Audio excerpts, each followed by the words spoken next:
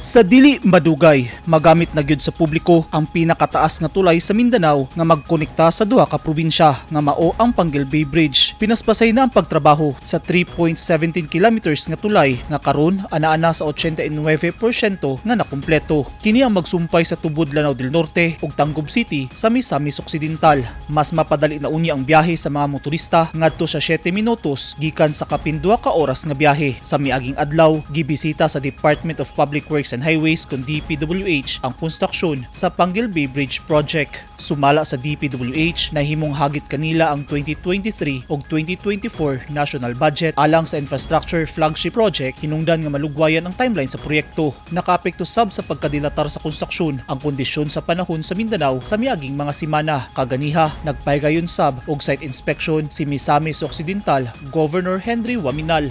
Ako lang iklaro because in the last meeting ako naanaw na by March mahuman na and then by June ma-operational. Tungod sa mga technical and weather challenges now that month. So, ngayon ang atong contractor si Mr. Key na mamove instead of June to second week of August. Gipakita ni Governor Waminal ang padayon nga konstruksyon sa tulay. The total the bridge are divided into different components. Yes, sir. The main bridge, Kana sa likod. yeah, that's the main bridge.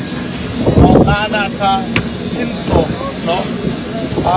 That is only 320 meters. That main bridge connecting duha ka approach bridge. No? The approach bridge coming from Tangub City, no? Misamis Occidental. This is 1.04 kilometers. No? So katong gilakwat ko ganihan, that's 1.02 kilometers. And the approach bridge, that on the north side is 900 meters. No?